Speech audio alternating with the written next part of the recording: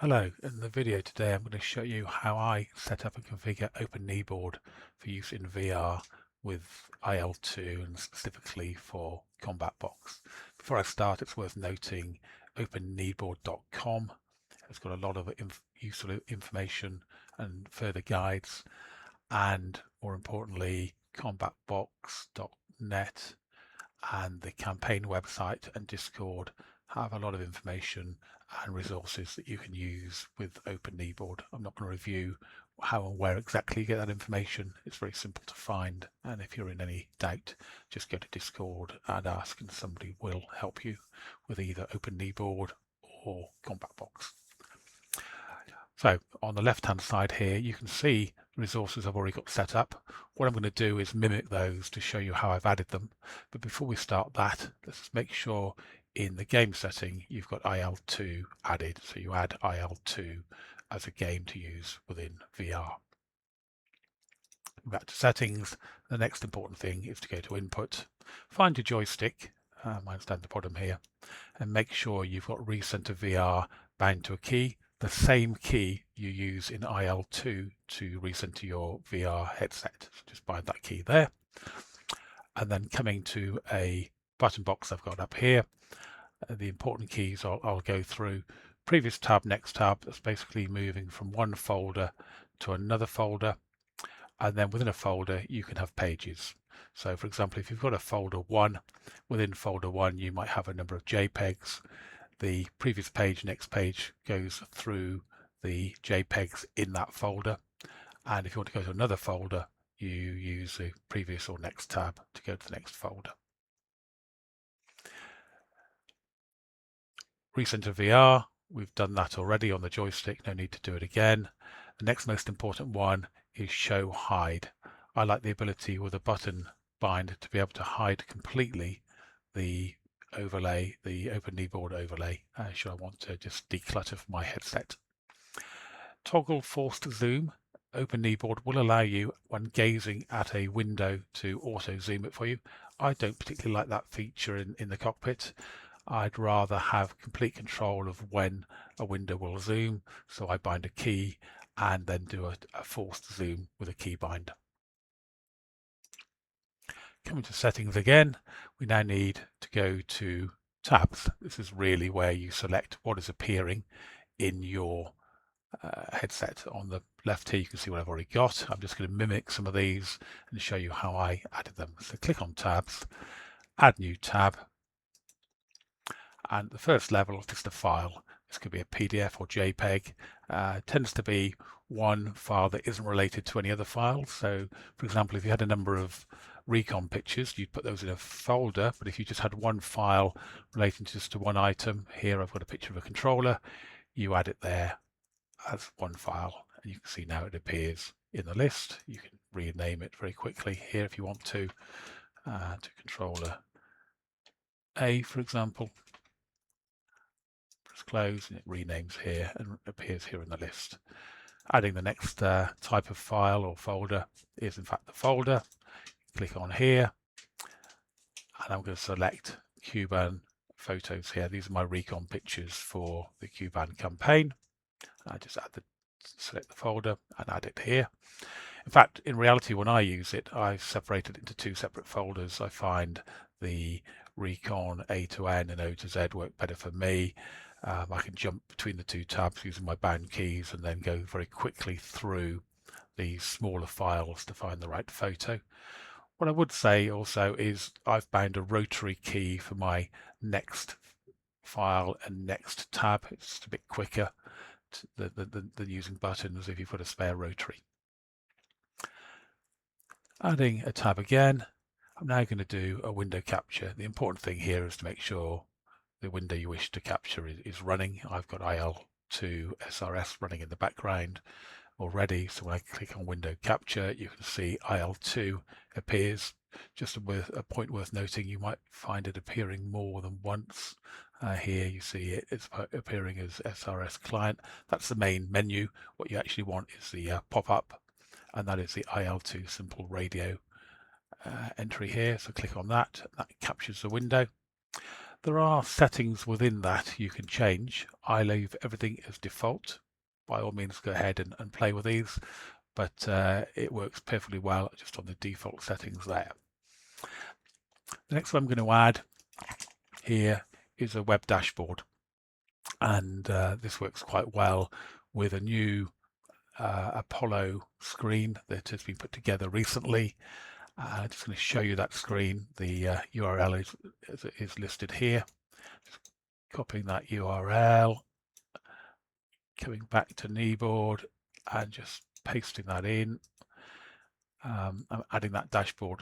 What that dashboard does is it shows you the supply status for all of the friendly and enemy airfields and supply areas, and it also shows you how it's moved in the last 24 hours. It gives you the weather and some more information relating to the Apollo campaign. It's no more data than you would find on the Apollo campaign website, but it's been configured specifically to work well in OpenKneeBoard. And you can see here I've renamed it as Apollo Dashboard in my main one, but here it's just called a combat box, so we'll just call that maybe VR Dashboard, just for the purposes of what we're doing today. And really, that's all the tabs I want to add. You can see some default ones here for DCS. We're not going to look at those at all. I've not used the Endless Notebook version, but by all means, go ahead and try that if you wish. So coming back to settings, now we've got our tabs in there. I'm going to show you how I get them to appear in the headset. So for that, you have to click on the virtual reality option. At the top here, these are default. I don't touch them. But the views here are how you then have different kneeboards. I've got 4 showing here, and I'll show you why I've got 4 and how I use them. So at the first level, I'm actually going to jump to kneeboard 2 and just show you how that is working for me. So kneeboard 2, I'm going to set up to make sure it's showing me the SRS window.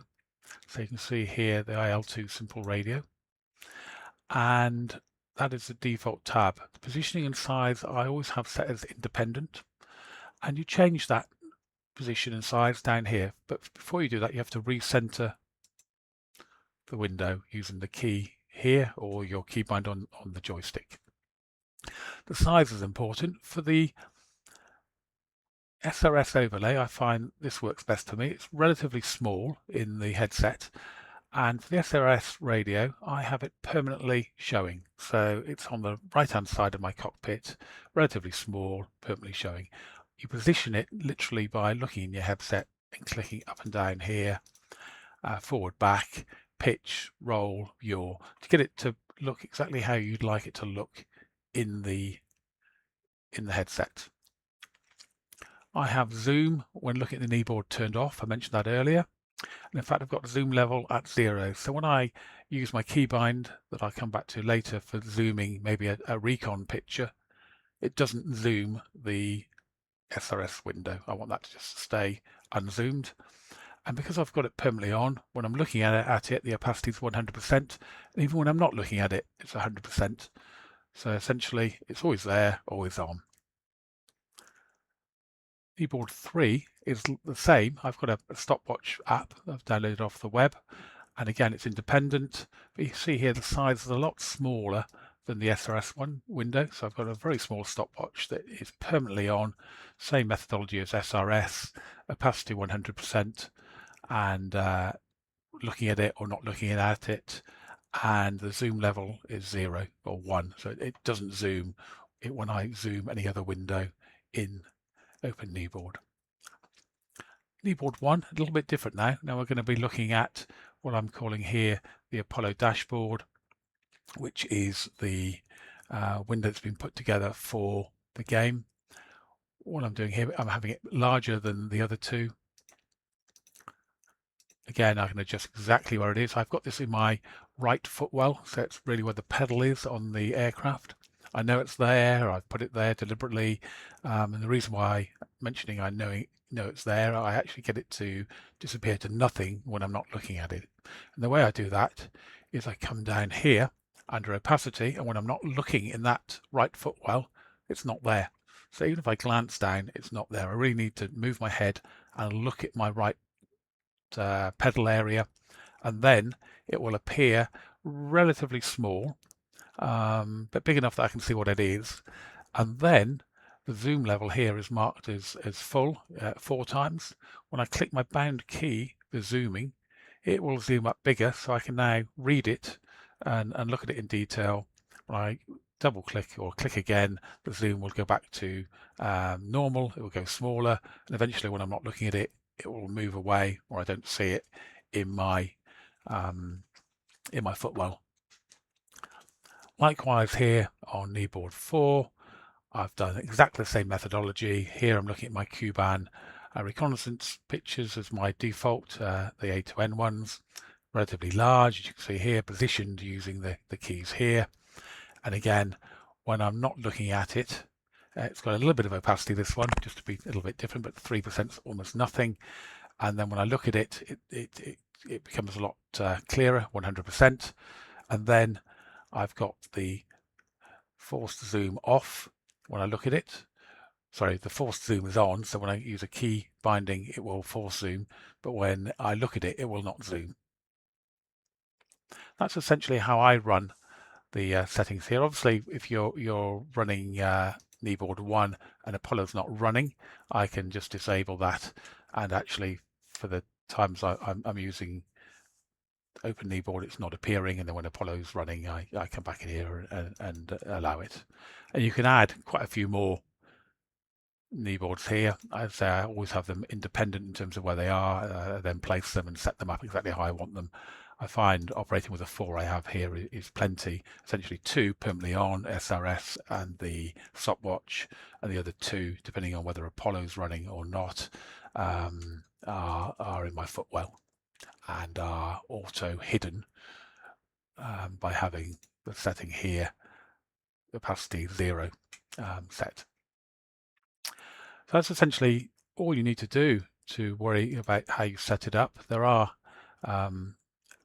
is a non-VR and advanced. I've not really ever played with those. They're not needed.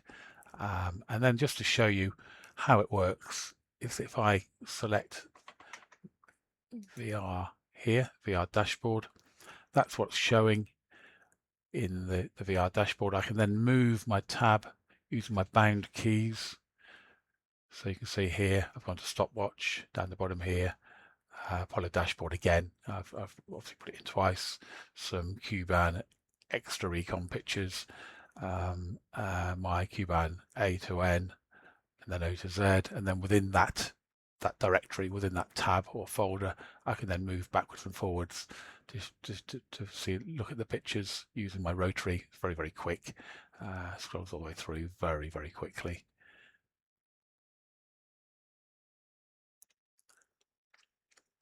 Then moving up a tab now, my SRS overlay. I'm not currently connected in the game, but you can see it would appear here.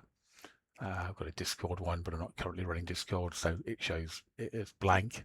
Controller A, that's the file I added earlier. That's a picture of a controller, then which overlaid some text. I can have that appearing in on the screen if I wanted to, and just remind me where my keybinds are.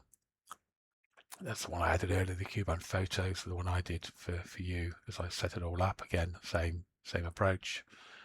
It's a simple radio, the SRS again, I did it for you. Then the VR dashboard.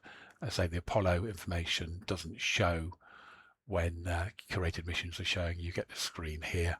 Not so useful in VR, but at least it's a holding screen to show you how it all works. So coming back to settings, that's basically how I set up OpenKneeBoard specifically for Combat Box. Welcome your inputs and comments if you've got another way of running it or ideas on how we can better use it for this scenario. Much appreciated.